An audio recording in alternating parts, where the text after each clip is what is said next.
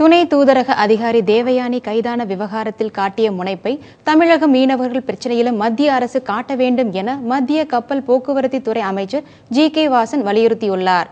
Visa மோசடி விவகாரம் தொடர்பாக இந்திய பெண் துணை தூதர் தேவயானி கோப்ரகடேவை அமெரிக்க போலீசார் நடுரோட்டில் கைது செய்து விலங்கிட்டு அழைத்துச் சென்றனர். மேலும் அவருடைய ஆடையை களைந்து சோதனை செய்ததாக தகவல் வெளியானது. இதற்கு கடும் கண்டனம் தெரிவித்த மத்திய அரசு உறுதியான நடவடிக்கை எடுத்து வருகிறது. இது தொடர்பாக சென்னை விமான நிலையத்தில் செய்தியாளர்களிடம் பேசிய மத்திய அமைச்சர் ஜி.கே. வாசன் பெண் தூதர் விவகாரத்தில் காட்டிய முனைப்பை தமிழக மீனவர்கள் பிரச்சனையிலும் காட்ட வேண்டும் என வலியுறுத்தினார். தேவயானி விவகாரத்தில் மத்திய அரசும் எதிர்க்கட்சிகளும் ஒன்றிணைந்து செயல்படுவது போல் மீனவர்கள் பிரச்சினைக்கு அக்கறை காட்ட வேண்டும் என கேட்டுக்கொண்டார். மீனவர்கள் பிரச்சினைக்கு தீர்வு காண இலங்கைக்கு வலுவான மற்றும் உறுதியான கண்டனத்தை தெரிவிக்க வேண்டும் என வாசன் வலியுறுத்தியுள்ளார்.